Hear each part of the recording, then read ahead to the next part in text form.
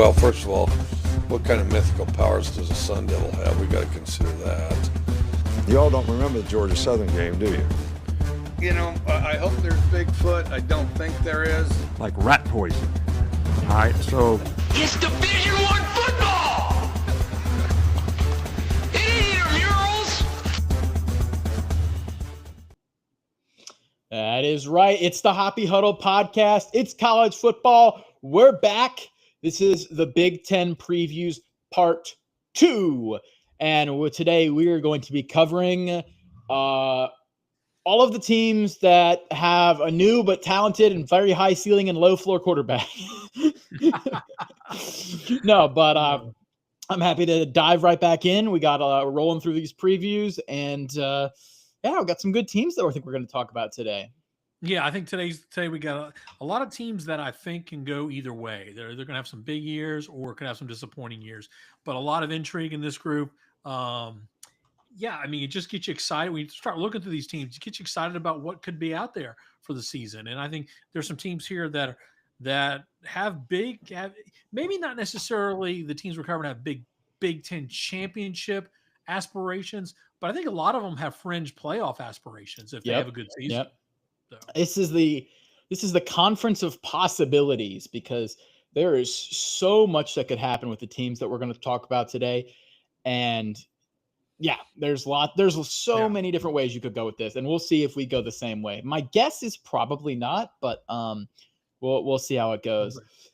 I think the first team we're going to start off with is the Penn State Nittany Lions, the forever off-season favorite of many Big Ten commentators. And the Penn State they really won the offseason this year. They got Drew Allar back. They got their running backs back. They have a loaded roster at basically every position. They brought in some transfer wide receivers.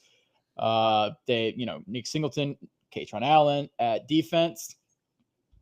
They have denied Dennis Sutton on the defensive line, and they're going to have a nasty defense again.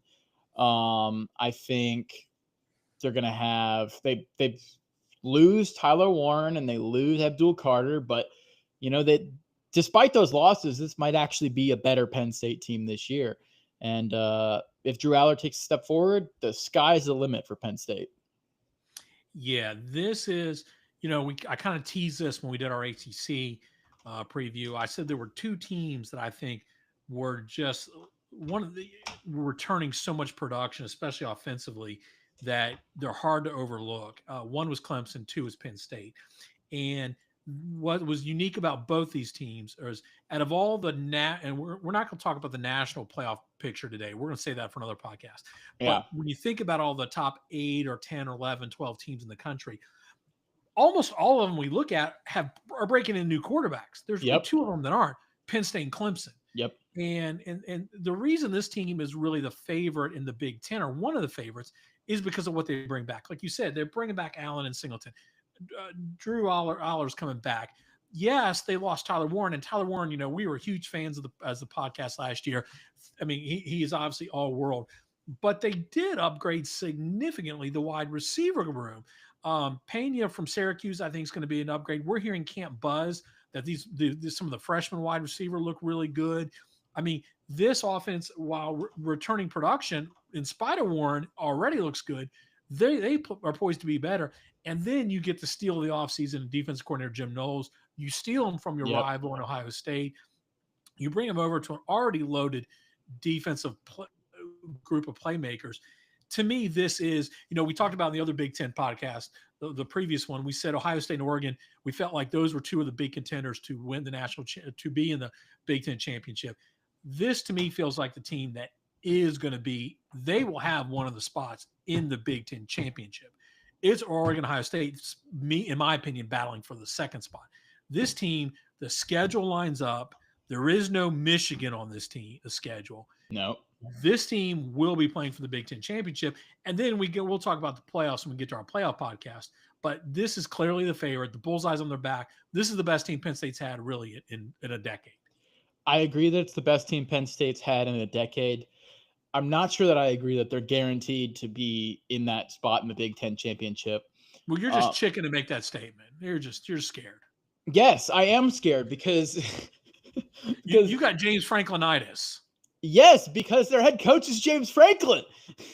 Okay, yes, Jim Knowles is a huge get, but And this there is liquid was death, there. by the way. Just make sure we're clear. That's funny. It looks like Modelo.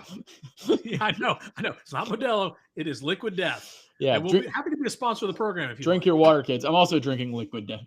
Yeah. No, but yeah, Jim Knowles is a huge upgrade. You're not wrong, but defense has never been Penn State's problem. Okay, Penn State has had a good defense for basically as long as I've been alive. All right. Can Drew LR take another step forward? Because he was good last year, but not great. Right. And so I don't know if we can necessarily guarantee to say that. Their schedule is a lot easy. You know, it's very conducive. They don't really have any tough out of conference games at all, but they draw Oregon and Ohio State. They get Oregon early. They do. Which is a good thing at home, which will that be they do. But the way I see the top of the Big Ten breaking down is either 3 or 4 teams with one loss and tiebreakers kind of determining it. Possibly, yeah. And so I'm just not ready to throw Penn State in there. I didn't calculate all of the tiebreakers. Like I said, I told you last episode, Oregon was my pick to win the whole thing. But I could easily see a scenario where Oregon, Ohio State, and Penn State, and maybe a Washington or some other team that we'll get to, maybe also there with one loss. But yeah, I'm not ready to just crown Penn State yet, but they've got an elite team. They, their schedule. Let's bring up their schedule for a second. In a year, yeah, bring that up. In a year where we've got so many, and I throw Arch Manning at Texas in this, in a year we have so many quarterbacks that really haven't played. And teams, we're talking Texas, Alabama, Georgia, Ohio State. You go down the list. We've got a veteran team. This is the most veteran team out there, even along with Clemson. And that's why I think that just puts them over the top. James Franklin is the concern. I mean, he's 1 in 15 against top 5 opponents. Is that the record? I believe. He's got the coordinators to do it this year. Andy Kotelnicki and Jim Knowles are both fantastic. So yeah. I think this is as good as it's going to get. I mean, you look at that schedule. I mean, to me, I see 3 tough matches, really. I don't think Indiana is going to present as much of a challenge. The Oregon game, the Nebraska game, and Ohio State. And I think if they lose the Ohio State game, I think they're going to get Nebraska at home, and I think they're going to get Oregon at home. I think they're 11-1 at worst. I that's what I have them going is 11-1. And I didn't even know Villanova had a football team.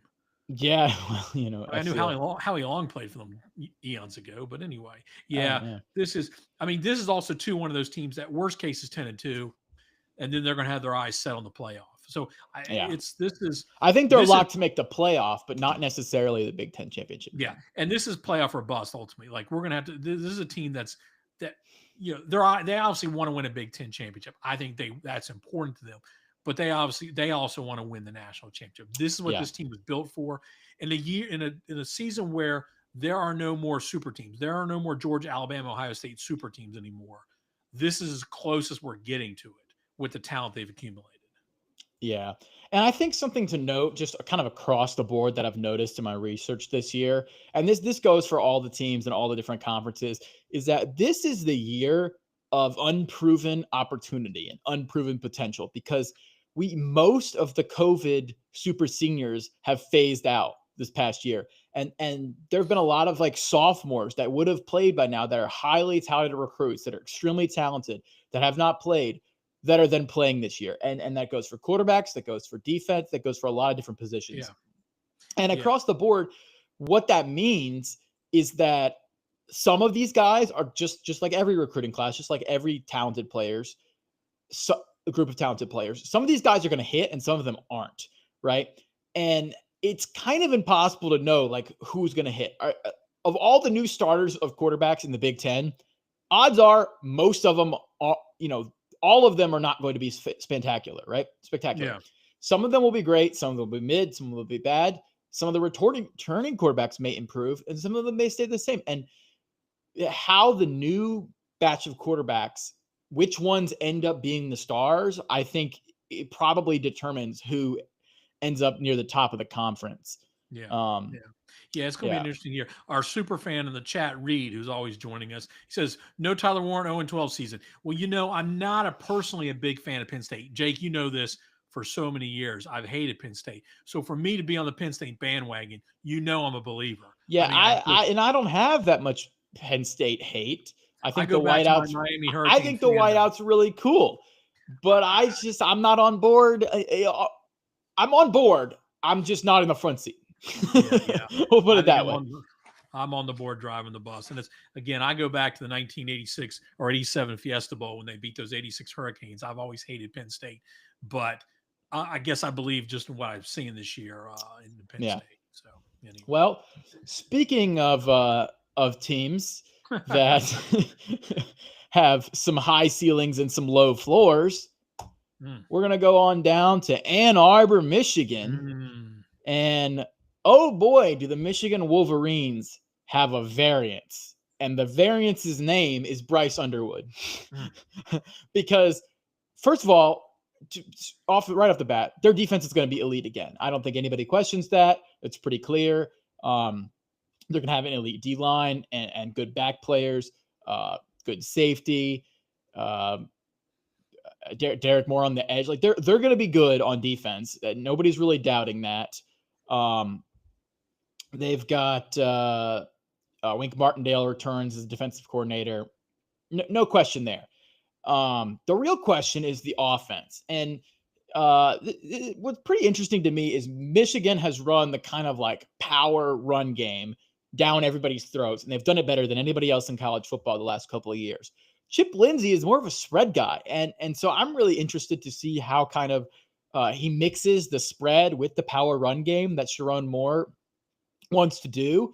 And if that gels well, if they get it to gel well, if you can run spread and power run, I think that makes an elite offense. And again, the key of the offense is going to be Bryce Underwood. You paid just an obscene amount of money to bring him to Michigan, to keep him home. And he's going to be expected to play and start. I assume he starts week 1. Well, I think, wasn't he named the starter? Was it yesterday or today? Yeah, he was named the starter. He's going to be expected not to play like a true freshman just because of his talent rating, the amount that was paid to bring him into Michigan. And at least the early returns from camp are that he's him, right? He's got the body type and the physicality of a player 2-3 years older than him. He's an athletic freak, and does he have the cool and calm collectedness to translate that to big plays in games? We'll see. But he's going to have huge expectations, and Michigan's season is going to basically be carried on his shoulders. And yeah, that's how I think that'll go. Yeah, I think, the other day I joked. I said Oregon will win the national championship in 2026 unless Michigan beats them in 2026. Okay. All right. Let's cool with the next year's prediction. All right. So you can make mark my words. I'm going to mark all your words and be like, Dad chooses every team with a blue chip ratio to win the power in 2026. But I'm not so convinced this year is going to be that great. I think it's going to be a year of growing pains. I think there's going to be some start and stops for Underwood. I think one of the things that's going to hurt him a little bit is they've got some tough games right in the first month. There's no easy on ramp. I think going to Oklahoma, to Nebraska are going to be challenges early on in the season for him. I do think he's going to be talented. And obviously if he is the starter and he is this throw him to the wolves, man. Let him compete right away. You look at the calendar, the schedule, Oklahoma, their defense is always nasty. I think Nebraska's defense is going to be pretty good. They've got road games at USC. Then they play Washington. There's nothing easy on that schedule for them, really. No. And so the offense for Michigan was just flat out dreadful last year. It was. They couldn't throw the ball at all. I think, Jake, 40 years from now, you're going to be telling your kids about the time Michigan beat Ohio State and how that happened, because there is no freaking way that team had any business beating that Ohio State team with that offense. They didn't deserve it. Not at all. Michigan could not move the ball. They were terrible last year. And I just don't know they have enough talent around Underwood to do that much more. I mean, he can only do so much. Either that or he's going to get beat up. That's what I'm more worried about. There's not enough help for him. I disagree. Michigan's really upgraded their recruiting in the last couple of years. This isn't the recruiting, but is it there yet? I mean, I know they got Justice Haynes from Alabama. They have some blue chippers on the O-line. Now, again, unproven blue chippers. But where are the playmakers at wide receiver? That's where I need. That's the big question mark. That's the issue I have. It's not necessarily running back. They've always been strong, and I think Haynes from Alabama is going to be an upgrade. I liked him when he was at Alabama. I don't know why. Again, Alabama's always got a crowded running back room. I just thought he was a good guy there. Yeah. I think he'll be good. I think he'll probably be like a Blake Corum kind of guy. But you're going to need more than that, or else Underwood's just going to get beat up. If it's just running Underwood and running Haynes. So I just see them struggling a little bit this year. I mean, I look at that schedule, and I see 3 to maybe 4 losses on there. See, I'm a little higher than that on Michigan. I have them at 10-2. Whoa! Okay. I know. I'm pretty confident in Michigan. I've watched more than the average amount of Bryce Underwood film. You're drinking the Kool-Aid. I am drinking the Kool-Aid a little bit, but he's really good. But the thing is I also believe in the rest of Michigan's roster in a way that, he's putting a little faith in them, but I believe in the recruiting operation they've got there. This is not the Michigan of 5 years ago. I agree. Where you're like, you got a couple stars and then a whole lot of just like 5th-year guys. Like they're a top recruiting program now, and they weren't always. So my 2 losses, I have them losing at Oklahoma week 2, just because it'll be Bryce Underwood's second game. It's at Oklahoma. I think Oklahoma will be pretty good, and that's just a tough environment to play in. And Dramateer bet on that game. I'm kidding. He came out and denied that, by the way. Just kidding. He came out and denied that. We love you. And I have the second loss I have versus Washington. Yeah. I have them. Think they're going to beat Ohio State? Oh my God. Yep. Just because of Ohio State's downgrade at coordinators. That's why. Well, yeah. I think the reason I've got more losses is because I've got a few other teams on that middle of that roster: Nebraska, USC, Washington, who I think could be better teams than them this year. And if you're going to catch them, you better catch Michigan this year. Yeah, I think that's fair. That's fair. But again, that would leave them, like I said, with 1 loss in conference, and again, put them kind of in that weird tiebreaker spot for competing for the Big Ten championship game invite. Yeah. No, you're right. I don't have them winning. I think they would get there and lose, but just the way that I think they could lose Oklahoma and lose 1 more and break down that tiebreaker and see how that goes. No, I hear you. Okay. Well, I can see that. I think you're wrong, but I can see it. Yeah, that's why we have this discussion. All right, where do you want to go next? We need an intern to write all these things down. Where's our intern? Yo, intern, give me some coffee.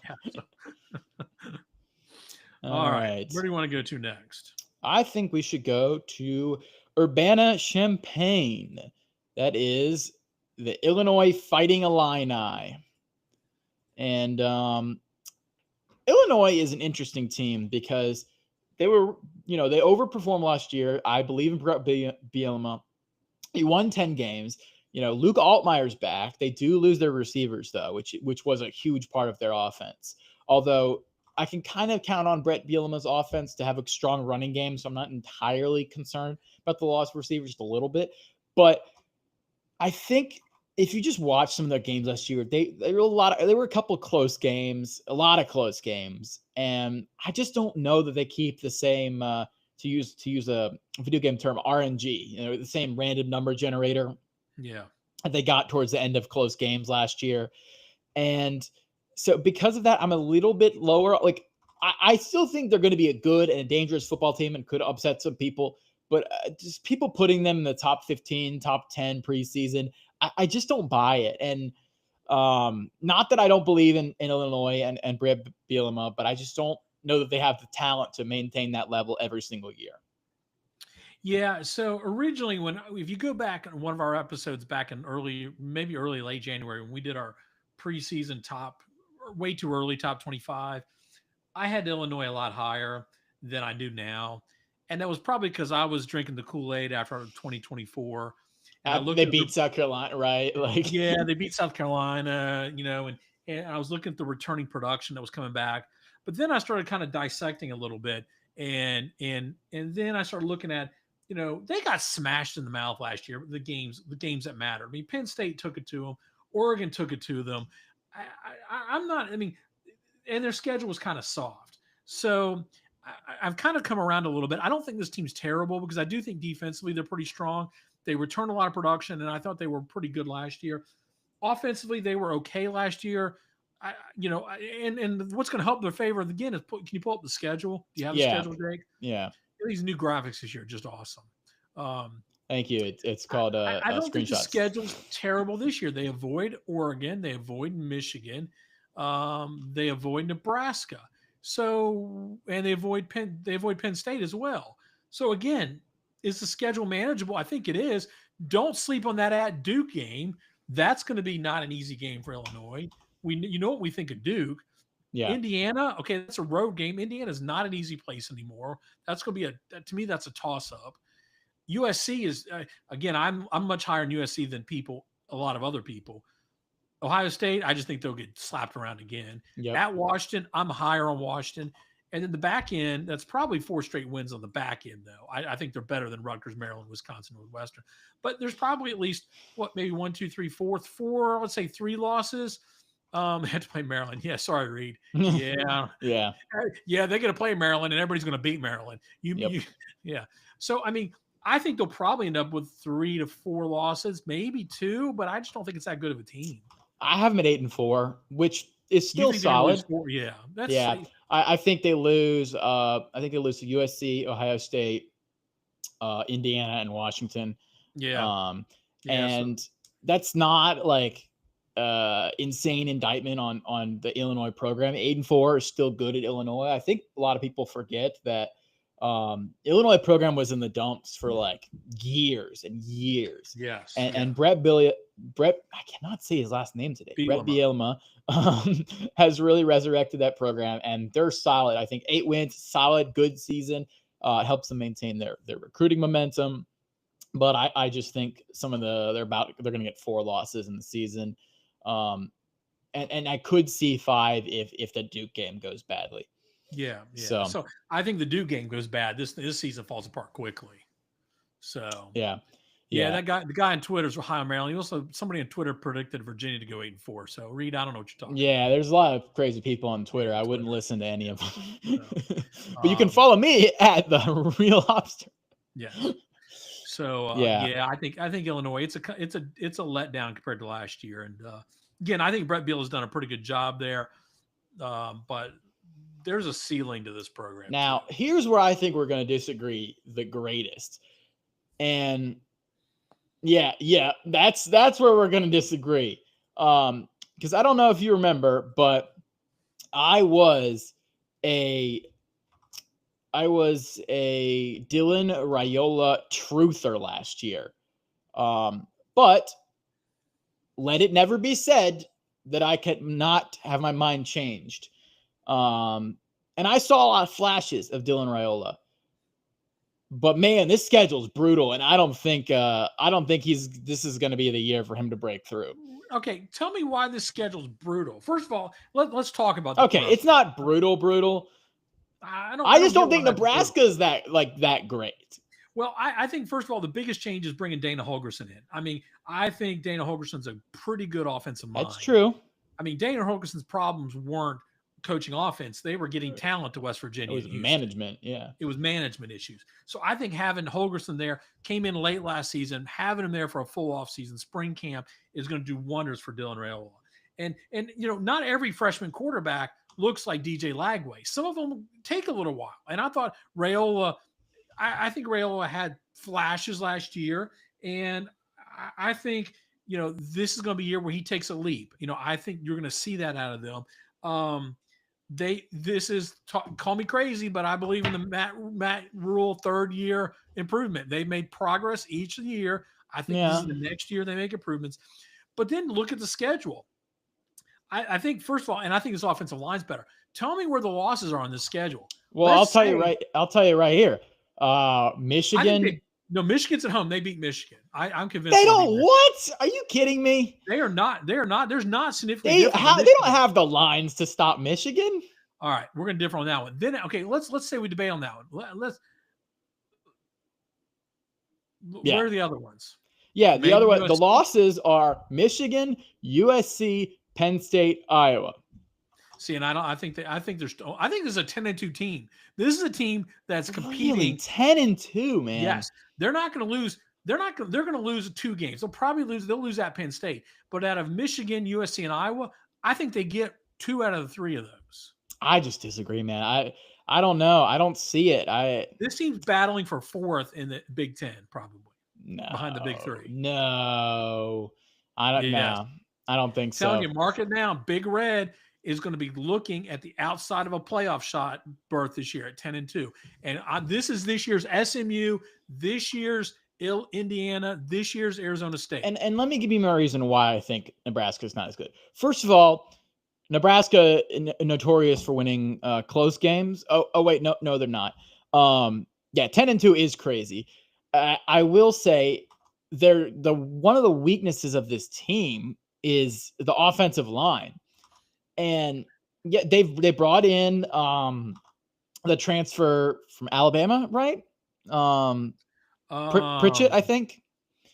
I could be wrong, but they brought in some transfers on the line, but I just don't think they don't have the dudes up front on offense to really impose their will and protect Raiola the way they're going to need to. And if you're trying to win in the Big Ten without a solid offensive line, I'm sorry, there's some nasty D lines you're going to go up against. And I don't, I'm look, 8-4 is still a good year. It's still an improvement, right? They were 7-6 last year, 8-4 moved up a year, Matt Rule, third year. But I think next year could be the year Nebraska breaks through. Third year of Dylan Raiola, third year of Dana Holgorsen. Their skill positions, they've got that. Who's that transfer from Kentucky? I'm forgetting the receiver's name. Key is the one. Dan Key. He's probably pretty good. He was pretty decent, but I don't know. I'm not all bought in. 9-3, 10-2. That's my prediction. We're going to be talking about them. There's a chance they could be undefeated going to the USC game starting November, and that's where game day will be, Saturday, November 1st. Maybe. I think the hinge of our two discussions here is the Nebraska-Michigan game. The winner of that game is going to have a totally different trajectory in the Big Ten than the loser. I think you're right. I think all our predictions hinge on that game because I think less in Michigan than you do, and I think more Nebraska than you do. Yeah, and I think less in Nebraska. Yeah. Yep. So. All right. Next up. Now, I think we're going to agree on this team. This is a team out in Seattle, Washington, the UW Huskies, as they're known. And the thing with Washington is, not a great year last year, 6-7. It could have been worse. But Jed Fish is the head coach. This year they've got some dudes. On the defense, they've got Carson Bruner, Bruner, the linebacker, and Zach DeFree, the edge rusher. Damon Williams Jr., the transfer from Arizona, or no, not transfer, recruit. No, true freshman last year. The recruit from Arizona. I forget because he was recruited while Jed Fish was at Arizona, and yet I got it mixed up. But he apparently has been getting, flying colors reviews. And I'm a believer. I think he will lead them to some victories this year. And I'm pretty high on Washington. They actually are not that weak at the skill positions and the lines of scrimmage. They don't have the worst schedule in the world. It's not super easy. They do draw Ohio State, Michigan, and Oregon. But I think they can do it. And I've got Washington. It's crazy, but I've got them at 10-2. I think they're closer to 9-3, 8-4. I just struggle with. I think Damon Williams is special. He's a special talent. I just wonder if they're going to be able to. They have enough playmakers around him. I know. They've got some. When you're adding a Penn State wide receiver to your rotation, that doesn't give me a lot of confidence. Okay, I mean, I just maybe he wanted to go somewhere they throw the ball. Well, or maybe if you couldn't make it at Penn State, I don't know. I think Damon Williams is they're going to bite. If they go 10-2, they're going to bite one of those big three. It's either Ohio State. Who are they going to beat? Ohio State. I think Michigan. I think they beat Michigan. It could be. But I think their passing attack overwhelms Michigan's secondary. I think they outscore them, and Michigan with their run game just gets behind early and can't keep up. Yeah, but I don't think any team should take this team for granted this year. No, they're going to be able to. They're going to put up some numbers. I like this, and I think you're right. We both sort of agree that Washington, to me, is a sleeper team that has playoff potential. I don't think they can win the conference, but I think they're going to be one of these teams that they could put together a 10-2 season. They could be looking at a playoff. I think they may have the best offense outside of the big three in the Big Ten. And Jed Fish, the former Florida Gator, will be maybe hearing his former school call him at the end of the year. Well, we'll see. We've been saying that for like 2 years now, so I guess it's tradition at this point. Yes, but yeah, I think their offense is going to be really good, and because of that, I think they're going to jump up and be able to outscore some teams in the Big Ten, especially where a lot of those teams in the middle are not really like the high scoring style teams. And so if you can kind of get ahead of like your Illinois and your UCLA's, your Rutgers, Purdue, like Purdue, if you get up on these teams, I think you can kind of put them away, which is why I have them basically beating everybody except Ohio State and Oregon. Certainly could not happen, again, barring injuries, but Damon's good, and I think they'll lean on him. Yeah, agreed. So, all right. Next up, Sparty. Yeah, I like Jonathan Smith. I think he's a good coach. I like him too. Unfortunately, go ahead. Aiden Childs, and I think Aiden Childs. I like him too. I think he's got a lot of potential. I just don't know that they've put. I think the recruiting has been subpar. They lost a lot of starters from a team that wasn't very good, and so I just don't know what to expect second year. I think you're not going to see a real big improvement in the record this year. They may be a better team, but I don't know they're going to be any better record-wise. Yeah, they may not be a better team or better record-wise. I think they're just kind of maybe treading water a little bit. Last year, 5-7, not a fantastic year. This year, they play some tough teams. They play a lot of teams that are equivalent or better than them. I kind of have them going. Unfortunately, I kind of have them going 4-8, 5-7 again. I don't think they have a huge loss to Western Michigan. That would be crazy week one for sure. That would be, yeah. I have them, losing to USC, Nebraska, Indiana, Michigan, Penn State, Iowa, and UCLA or Minnesota, maybe. Like, I don't know. I just feel like every other team on their schedule, I just feel more positively about, in the Big Ten, with the exception of Maryland.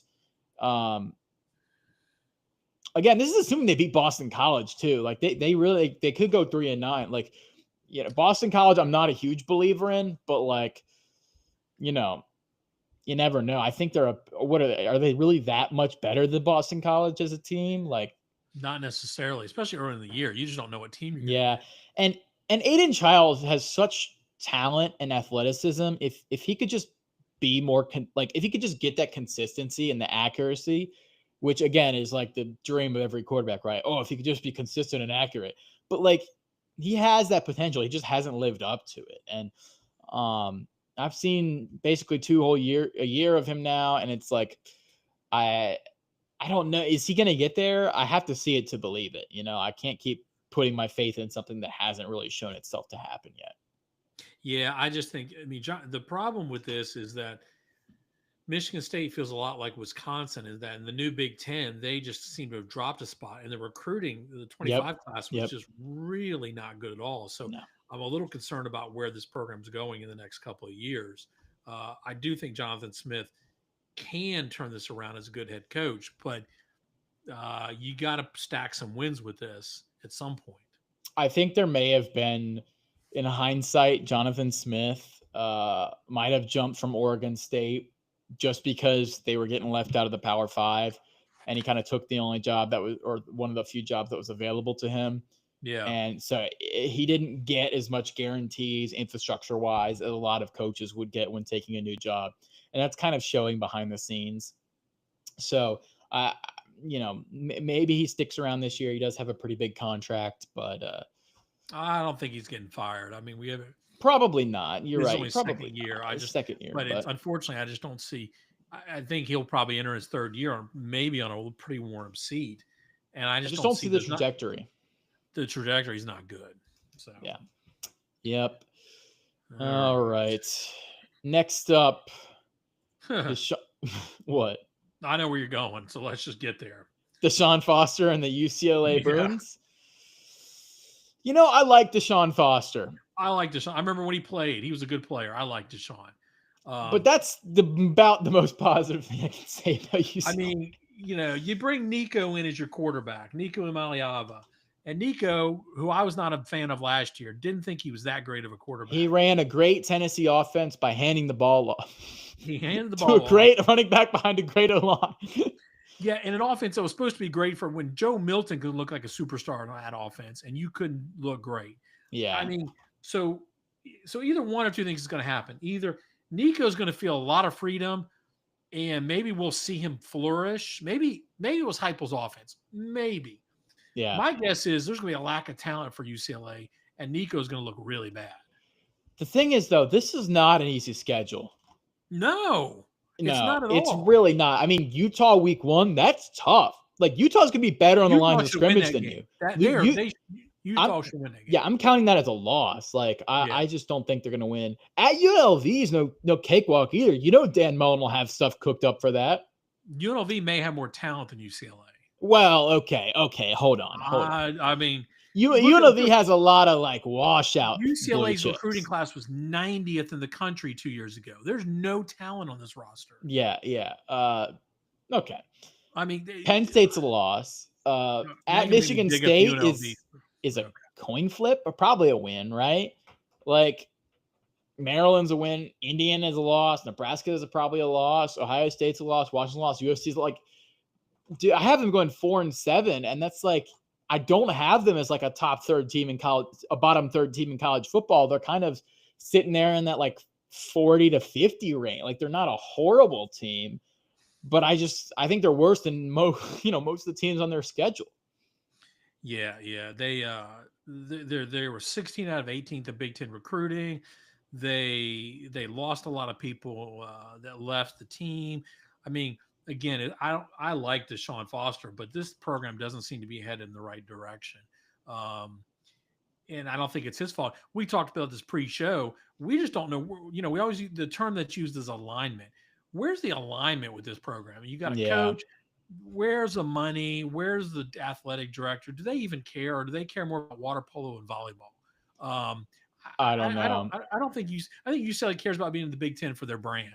I don't think they really care about I think they do. I think they care for their crew team and their beach volleyball and their surfboarding and USC's in there, and they want to be in the same league. They want to be in the same league as USC, but if we're being honest, they have not invested into football in a while now, and it really shows with the product on the field. And I think Deshaun Foster, while this is it's his alma mater, right? And I think honestly it was not a bad hire.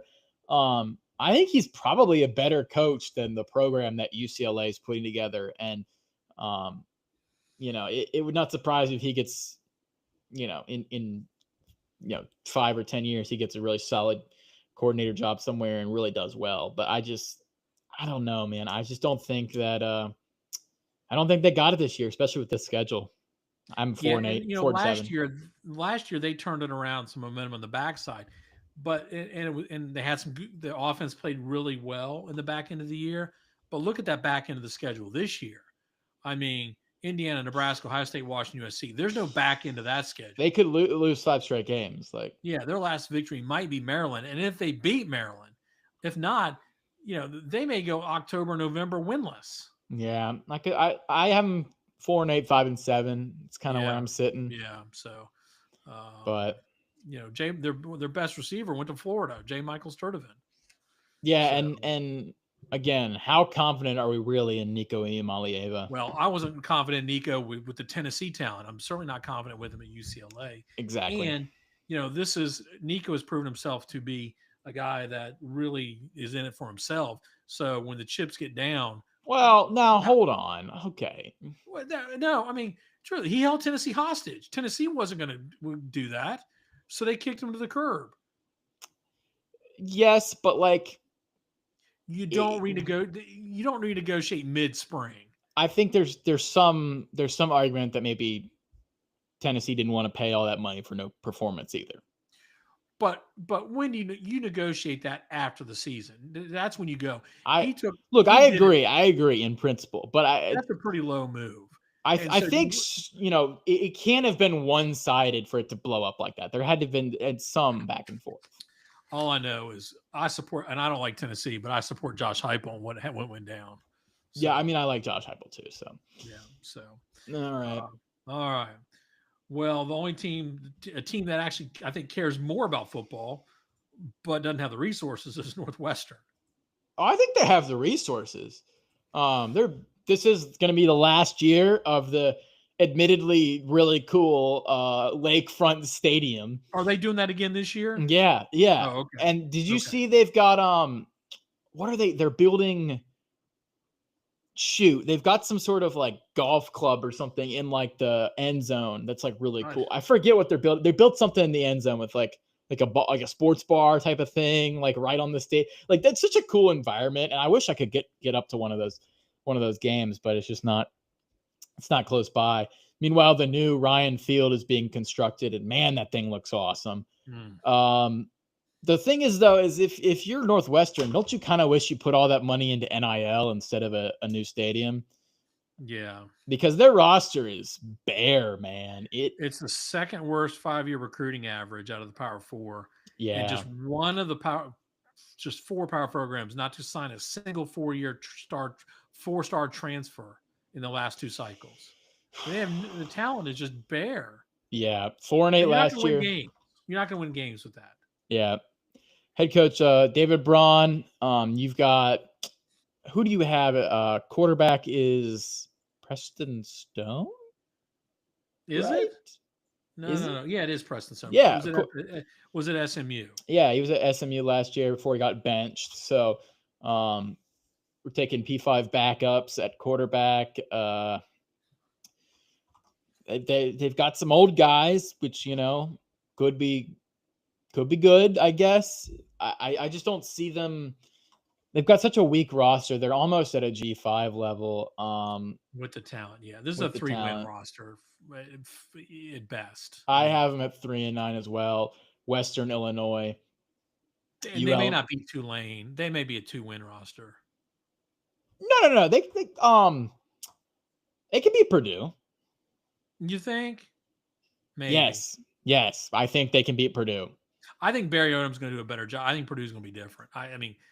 I think they got more talent. Probably. Okay, coin flip, right? So I have Nebraska, so they beat Western Illinois and UL Monroe. Purdue and Tulane are toss-ups. I think Tulane beats them. I think Tulane's much better. I think Tulane's much better. A better team. They got a better head coach. Yeah, but this is FCS. Like you're not beating Oregon, you're not beating Penn State, you're not beating Nebraska, you're not beating USC, you're not beating Michigan. No, none of those. You maybe have a 10% chance of beating Minnesota if Minnesota is stupid with how they run the clock sometimes. Yeah, but you're not beating Illinois. Gone are the days where Northwestern would eke out an 8-4 schedule and compete. They're just not. Not with the They talent. had 10 wins one year. Y'all remember? Yeah, but that was the Northwestern. days before the transfer portal. You know, It in the was. It new era, was. Yeah. they're not competing anymore. And Now you got to here's compete. here's on the positive side for Northwestern. Ryan still likes college football. So maybe after the stadium gets built, remember the old stadium was called Ryan Field as well, right? So he basically funds their entire football program.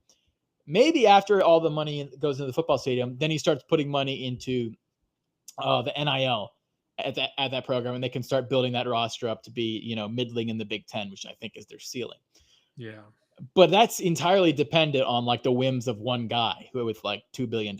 So, Yeah. We'll see. Yeah. what are we going to do there? Who knows? But as of now, it doesn't look great for Northwestern fans. Sorry. Listen, if Duke can commit to football and be more than competitive, be a good program, Northwestern can't. It's all about commitment and alignment. It's all about putting the resources in.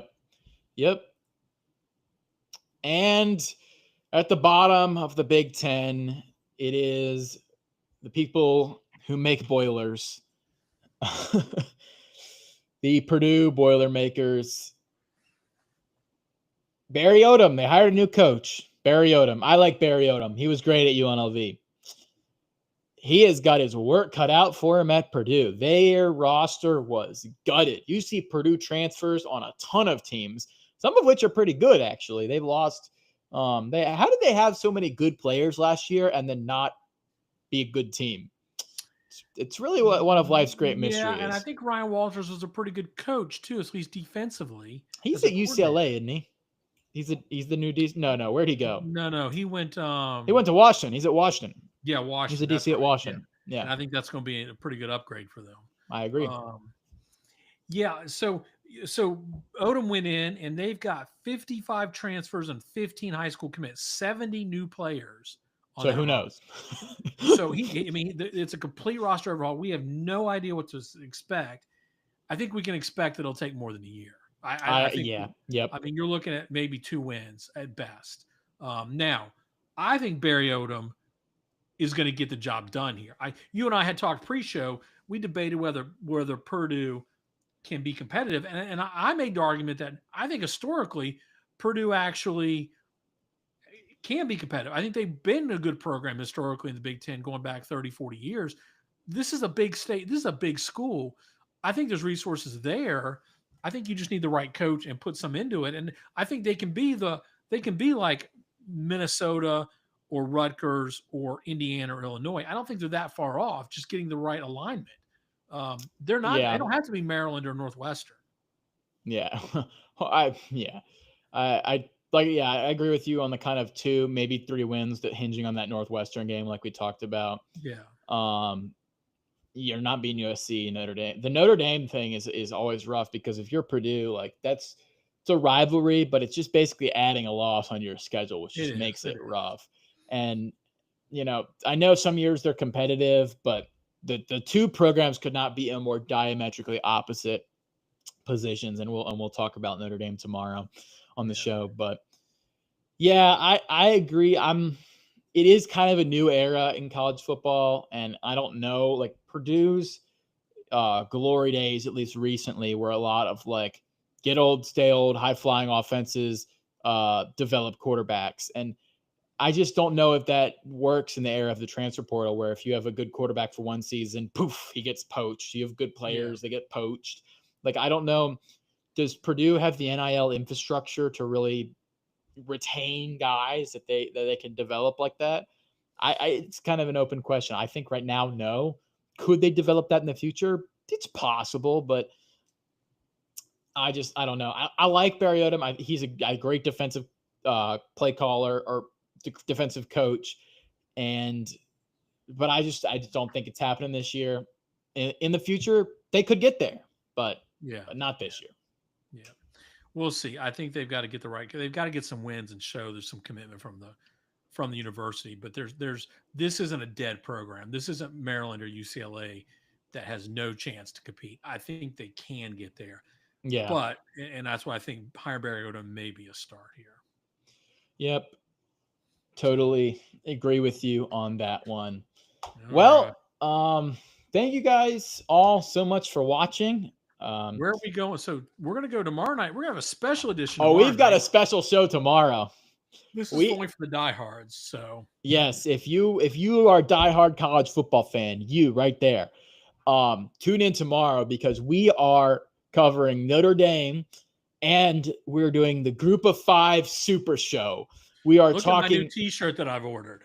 the You won't survive a quarter in Ypsilanti. yeah. We're going to talk about the MAC, Sun Belt, Notre Dame. Maction, Fun Belt, Paction. We're gonna talk Mountain West. We're gonna talk Independent. We're gonna talk that G5 spot, that sixth conference champion, right? Or that fifth conference champion. The G6. I keep saying G5. I got to get that out of my system. G6 now. It's G6 now. But yeah, we're talking G6 tomorrow. We got a lot of teams we're gonna talk about. Boise State. I'm sure we'll hit JMU. I'm sure we'll hit Marshall. I'm sure we'll hit a lot of teams. And make sure to tune in, and because it's gonna be a fun show. Probably take some questions from the chat as well. So bring your questions. Make sure to always join us live. Hey, make sure and subscribe on YouTube. We're up to 30 subscribers now, which is crazy. Our goal is to get Huge. to 100 by the end of the season. That's Yeah, let's get to 100. Sure, we'll make that our goal. Like the video, and if you tune in live on our YouTube channel, you can ask us questions. We'll answer them, and yeah, the season's gonna be here before you know it. And then we'll get back to, I think, Friday night. We're going to have a Friday night live with starting the Big 12 of America's Football Conference. So, yeah, we will. Yes, we will. Okay. All right. Well, we'll see you tomorrow night, and we'll post the time on the social, Jake. Yes. Good night, America. Good night, Canada.